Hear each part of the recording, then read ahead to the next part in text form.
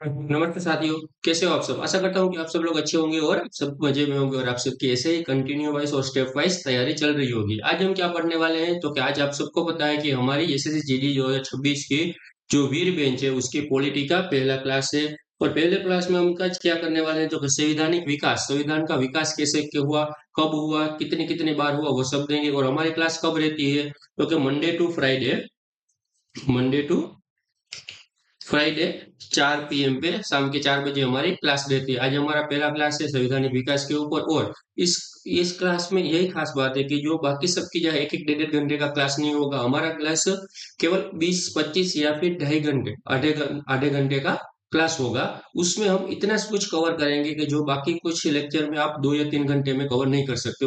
इस वजह से हमारा जहाँ पे इंट्रोडक्शन ही 2-3 मिनट का होता है ना, वहां पे हमारा इंट्रोडक्शन केवल 1 से 1.5 मिनट का ही होगा। सही बात है। तो चलिए हम आगे बढ़ते हैं। संवैधानिक विकास की बात कर रहे हैं। हम क्या बात कर रहे हैं? संवैधानिक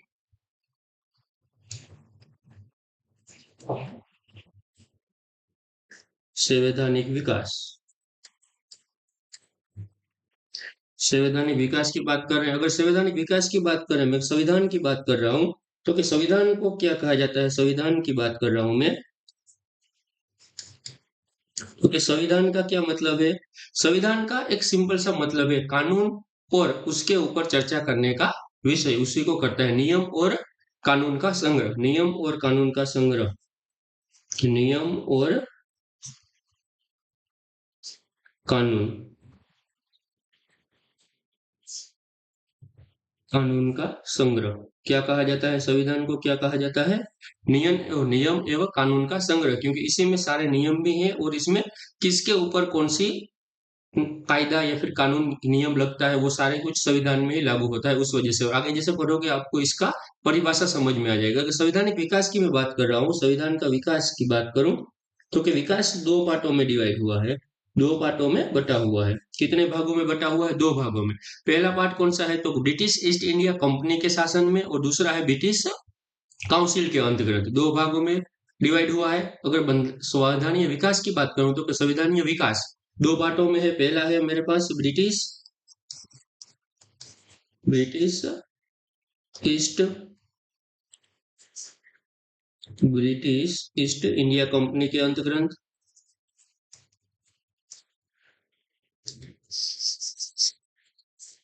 सॉरी यार, British East India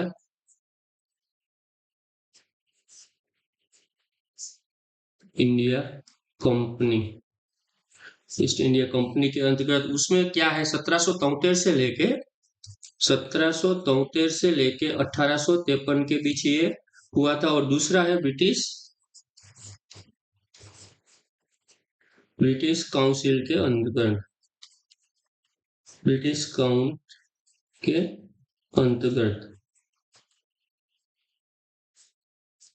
British council के अंतर्गत। ये है 1858 से लेके 1947, या फिर आप मान सकते हो अब तक। क्या मान सकते हो? अब तक। पहली बात है, संविधान का विकास कहाँ से स्टार्ट हुआ? तो ब्रिटिश ईस्ट इंडिया कंपनी से लेके ब्रिटिश काउंसिल के अंतर्गत दोनों तरफ हुआ था। ब्रिटिश ईस्ट इंडिया कंपनी में 1773 से लेके 1753 के बीच हुआ था, और ब्रिटिश काउंसिल के अंतर्गत 1758 से लेके 1947 तक का हुआ था। अगर मैं ब्रिटिश ईस्ट इंडिया कंपनी की बात कर रहा हूँ, ब्रिटिश ईस्ट इंडिया कंपनी, तो कि ब्रिटिश ईस्ट इंडिया कंपनी की स्थापना की बात कर रहे हैं हम। तो कि ब्रिटिश ईस्ट इंडिया कंपनी की स्थापना कब हुई थी? तो 31 दिसंबर 1600 में हुई थी। 31 दिसंबर 1600 में हुई थी, मतलब कि 1600 के लास्ट में, जब भी ये के 1600 का राजलेख आया था, जो कि 1600 का राजलेख आया था उसमें हुई थी, 1600 के राजलेख में हुई थी। और ब्रिटिश ईस्ट इंडिया कंपनी की स्थापना हुई थी कि उसमें हस्ताक्षर किसने किए थे? हस्ताक्षर किसने किए थे? तो हस्ताक्षर किए थे रानीजा एलिजा हवे ने। रानी हस्ताक्षर किए थे रानीजा एलिजा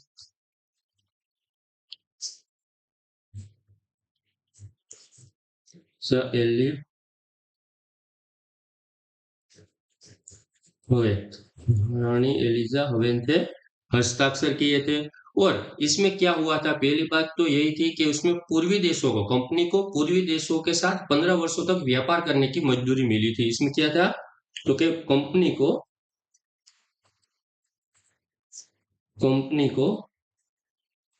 15 वर्षों तक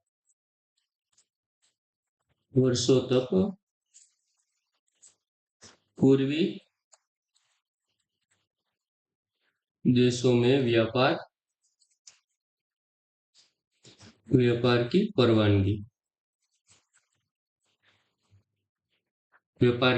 परवानगी मिली थी। और उसके बाद जब भी ये कंपनी बनी थी तो उसकी देखभाल करने के लिए कुछ रखा होगा।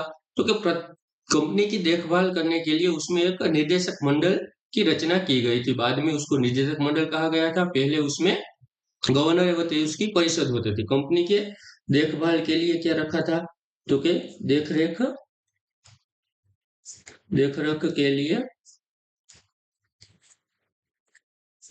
के लिए किसकी स्थापना की थी, तो गवर्नर एवं उसकी परिषद, गवर्नर और उसकी परिषद की स्थापना हुई। और इसी को बाद में क्या कहा गया, इसी को बाद में कहा गया निर्देशक मंडल। इसी को बाद में कहा गया निर्देशक मंडल। क्या कहा गया, निर्देशक मंडल किसको कहा गया, इसी को कहा गया। ब्रिटिश ईस्ट इंडिया कंपनी के बारे में ये कुछ थोड़ी सी जानकारी थी वो। उसके बाद क्या हुआ था, तो कि उसके बाद 1726 का राजलेख आया। 1726 का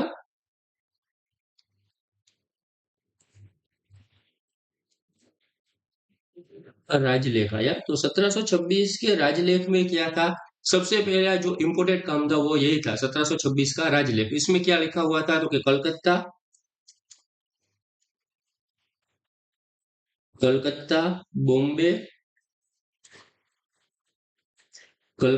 बॉम्बे, और मद्रास प्रेसिडेंसी में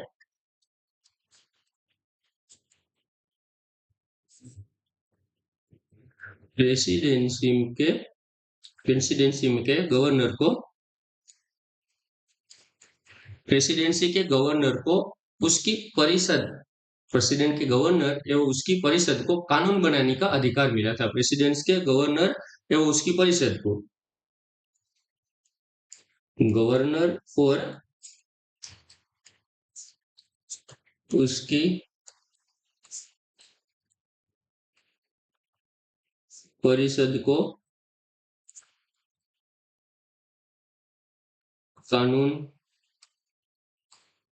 कानून बनाने का अधिकार मिला था। कानून बनाने का अधिकार,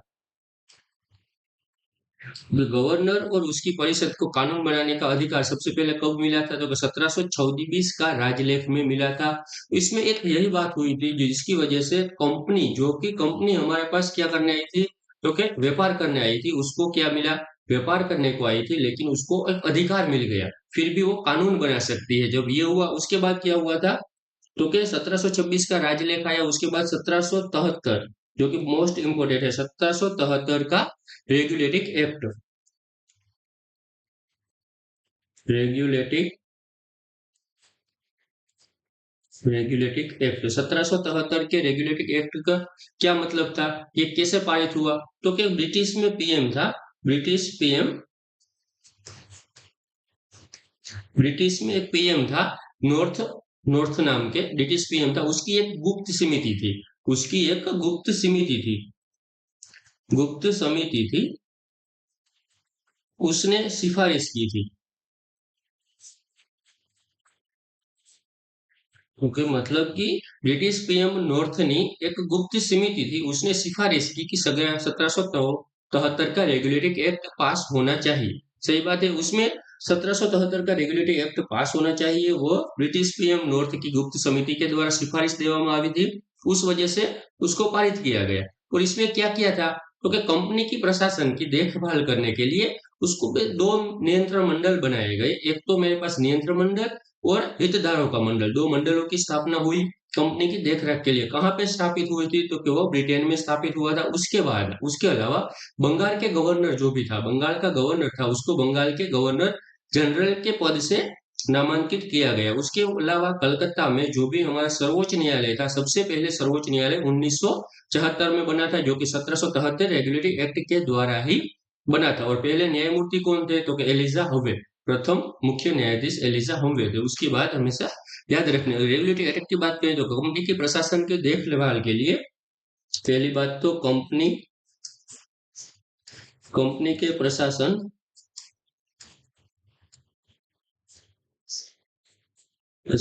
की देखभाल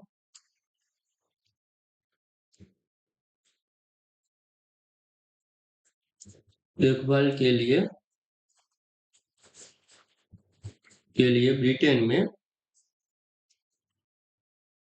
ब्रिटेन में दो संस्थाएं बनाई गई। कौन सी?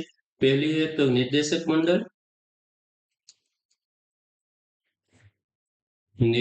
मंडल, और दूसरी संस्था कौन सी है? तो कि हितधारकों का मंडल।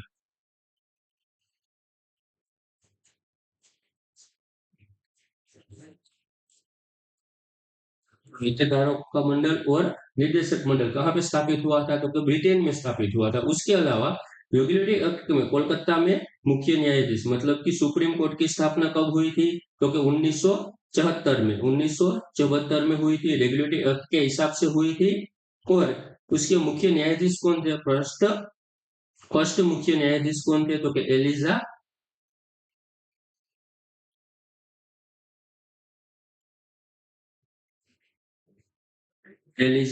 हम्पे फर्स्ट मुख्य न्यायाधीश थे। और उसके अलावा बंगाल के गवर्नर जनरल बंगाल के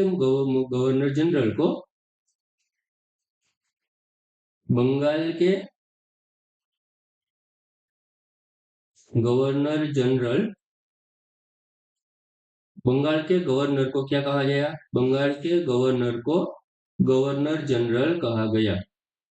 गवर्नर जनरल कहा गया। एक नया नाम साबित हुआ गवर्नर जनरल। कब कहा गया? तो 1773 के रेगुलेटरी एक्ट के बाद। और सर्वोच्च न्यायालय कलकत्ता में कब स्थापित हुआ? तो 1974 में। और किसके हिसाब से? तो 1773 के रेगुलेटरी एक्ट के हिसाब से। 1773 के रेगुलेटरी एक्ट के बाद क्या हुआ था? तो उसके बाद हुआ था 1781 का 81 का संशोधात्मक अधिनियम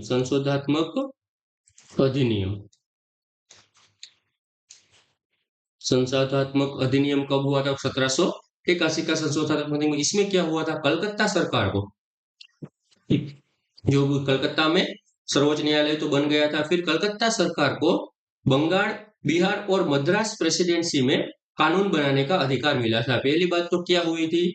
तो कि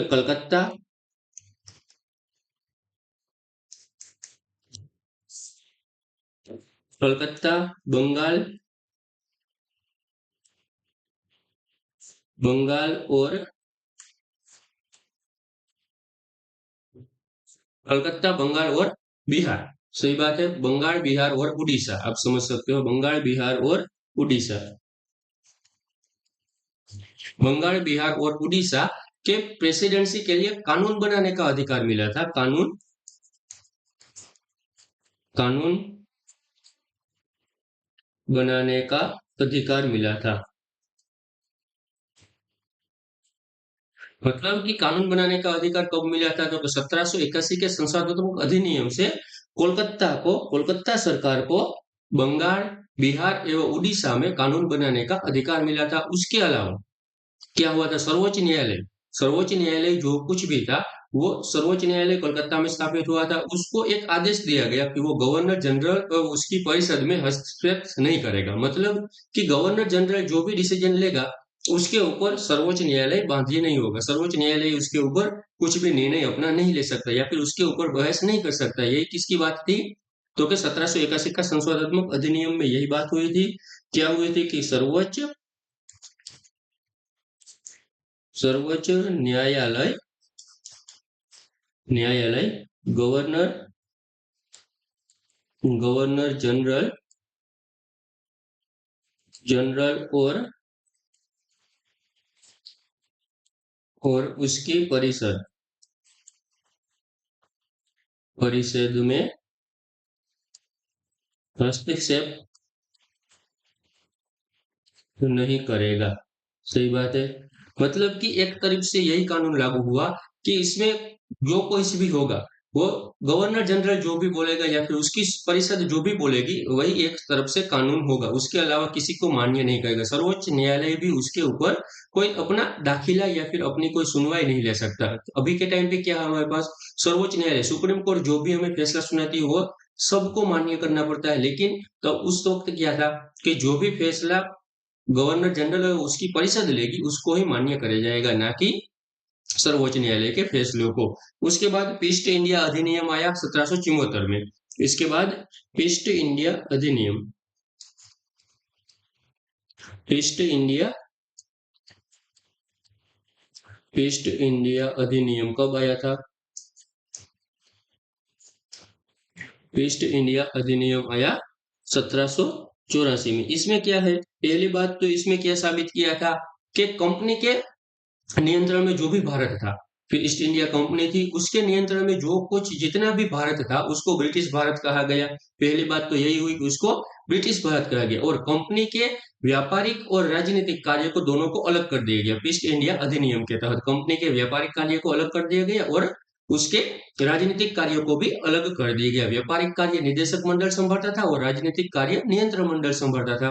गवर्नर जनरल नियंत्रण मंडल की परामर्श के बिना, मतलब कि गवर्नर जनरल, उसके अलावा क्या हुआ था कि गवर्नर जनरल से नियंत्रण मंडल की आदेश के बिना किसी भी भारत के किसी भी राजा के साथ युद्ध या फिर संधि समझौता नहीं कर सकता था।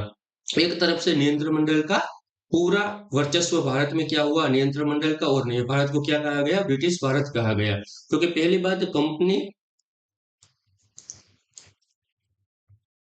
कंपनी के अधीन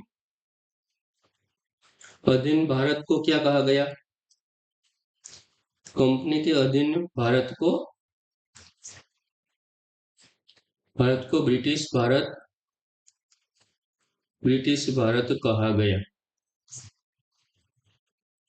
ब्रिटिश भारत कहा गया, पहली बात यही हुई। उसके अलावा कंपनी के कंपनी के व्यापारिक और राजनीतिक राजनीतिक कार्य को अलग कर दिया गया। राजनीतिक कार्य को अलग कर दिया गया।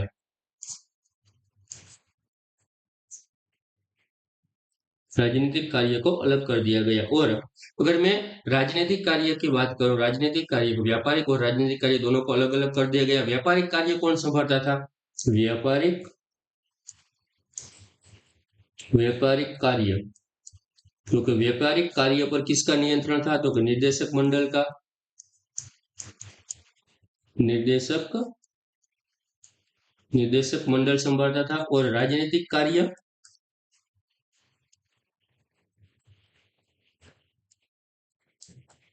और राजनीतिक कार्य कौन संभालता था, तो नियंत्रण मंडल संभालता था। कौन संभालता था, नियंत्रण मंडल। मतलब कि व्यापारिक कार्य, किसी भी व्यापार के संबंधित कार्य हो तो वो नियंत्रण मंडल संभालेगा, और राजनीतिक कार्य हो तो वो नियंत्रण मंडल संभाल लेगा। वो ईस्ट इंडिया अधिनियम 1984 में यही आया था। उसके अलावा क्या और एक हेडलाइट क्या थी इसमें ईस्ट इंडिया अधिनियम की, कि नियंत्रण मंडल के परामर्श के बिना कोई भी कंपनी का या फिर कोई भी जो भी नियंत्रण के परामर्श के बिना कोई भी गवर्नर जनरल इंडियन किंग, मतलब कि राजा के विरुद्ध कोई भी संधि या फिर कोई समझौता नहीं कर सकता है। मतलब कि कोई गवर्नर है, गवर्नर जनरल नियंत्रण मंडल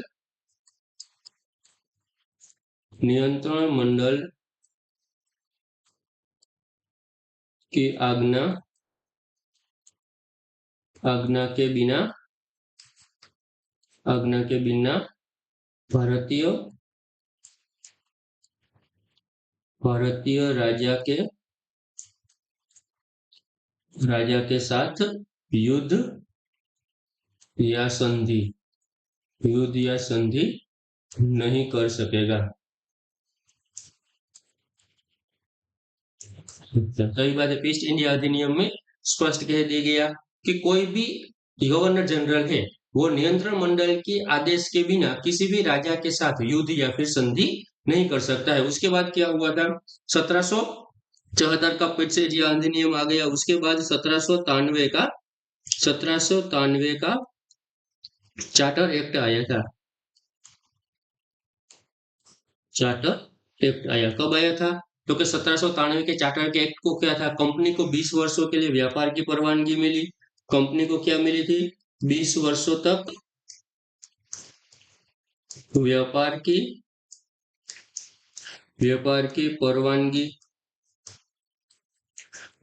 परवानगी मिली। और नियंत्रण मंडल के जो भी सदस्य थे उसके वेतन को भारतीय राजस्व से देने की बात की गई। नियंत्रण मंडल के जो भी सदस्य थे, नियंत्रण मंडल के सदस्यों का वेतन भारतीय राजस्व से एक तरफ से ये भारत को गुलाम बनाने की बात थी, क्योंकि जो भी नियंत्रण मंडल के सदस्य थे वो भारतीय तो थे नहीं, लेकिन फिर भी उसका वेतन है वो किससे दिया जाता था? तो कि भारत के नियंत्रण मंडल से, मतलब कि भारत के राजस्व से। उसने क्या कह के ये बात कही थी? क्योंकि जो भी काम कर रहे हैं वो भारत के लिए कर रहे थे। एक तरफ से भारत का पैसा दूसरे देश में जा रहा है उस वजह से। और दूसरी बात हुई थी कि दूसरी बात क्या हुई थी कि ब्रिटिश भारत में लिखित कानूनों द्वारा शासन, मतलब कि जो भी कंपनी के अधीन भारत था उसको ब्रिटिश भारत कहा गया। और इसमें जो भी लिखित कानून थे उसी कानून के हिसाब से भारत पे उसी कानून के हिसाब से शासन किया जाएगा भारत में। एक तरफ से कंपनी, पूरी तरफ से कंपनी हमारे भारत में एक्सपोर्ट हो रही थी। सही बात है। उसके बाद क्या हुआ था? उसके बाद 1813 का राजलेख आया। 1813 का राजलेख आया। तो क्या 1813 का राजलेख में क्या हुआ था? 1813 का राजलेख आया, इसमें ब्रिटिश सरकार, पहली बात तो उसने बहुत जोर की बात कर दी। क्या की थी कि ब्रिटिश सरकार ने भारत की शिक्षा पर 1 लाख प्रति वर्ष रुपए लगा दिया। भारतीय शिक्षा पर कर 1 लाख प्रति रुपए लगा दिया। भारतीय शिक्षा पर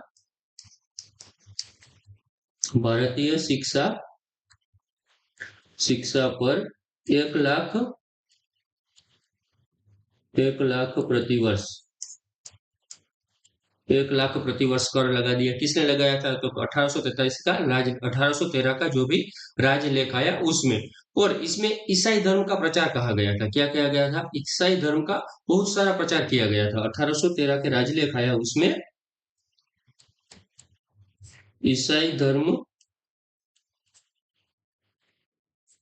का प्रचार हुआ था। बहुत सारा प्रचार हुआ था ईसाई धर्म का। गिने तो बात ईसाई धर्म के ही बारे में बात हो रही थी। दूसरा कुछ धर्म होना ही नहीं चाहिए हिंदू में, वही बात हो रही थी। उसके बाद क्या हुआ था? उसके बाद आया था हमारे पास 1833 का राजलेख। 1833 का राजलेख, सही बात है। 1833 का राजलेख आया था। और 1833 के राजलेख में क्या था कि जो कि बंगाल के गवर्नर जनरल थे उसको भारत का गवर्नर जनरल बना दिया। बंगाल के गवर्नर जनरल को भारत का गवर्नर जनरल बना दिया। पहली बात क्या हुई थी? जो कि गवर्नर था, बंगाल का गवर्नर था, उसको बंगाल का गवर्नर जनरल बना दिया गया। और उसके बाद बंगाल के गवर्नर को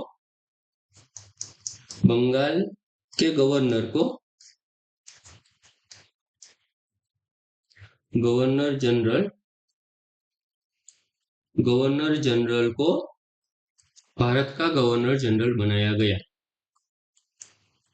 भारत का गवर्नर जनरल बनाया गया। एक मतलब से यही बात हुई कि बंगाल का जो भी गवर्नर था उसको पूरे भारत का गवर्नर जनरल बनाया गया। इसी हिसाब से प्रथम गवर्नर जनरल कौन था? प्रथम गवर्नर जनरल कौन था? तो कि William Bentinck. William William Bentinck कौन थे? प्रथम गवर्नर जनरल किसके थे? तो कि भारत के। और अंतिम गवर्नर जनरल मतलब कि बंगाल के। ये किसके थे? इंडिया के। और अंतिम गवर्नर जनरल की बात हो रही है। अंतिम गवर्नर जनरल तो किसके? बंगाल के। बंगाल के अंतिम गवर्नर जनरल भी कौन थे? William Bentinck. सही बात है, क्योंकि बंगाल के गवर्नर जनरल को ही भारत का गवर्नर जनरल बनाया गया, तो अंतिम गवर्नर जनरल कौन होंगे? William Bentinck. और भारत के प्रथम गवर्नर जनरल तो कि वो भी विलियम बेंटिंग। और उसके अलावा दूसरी 1833 का राज्यलेख है, उसमें क्या हुआ था? गवर्नर जनरल, जो भी गवर्नर जनरल बनाया गया बंगाल के गवर्नर जनरल को भारत का गवर्नर जनरल बनाया गया। सही बात है, लेकिन गवर्नर जनरल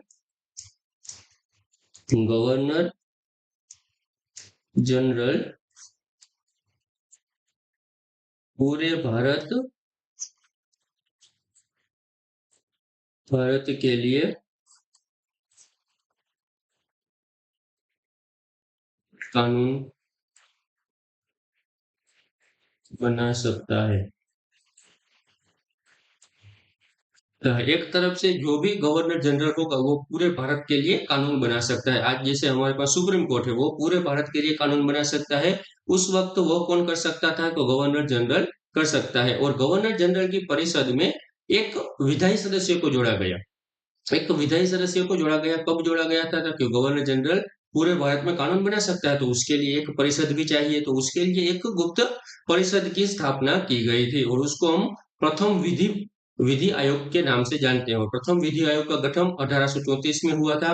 एक हाईलाइट की बात कर लें तो कि प्रथम विधि आयोग का गठन विधि आयोग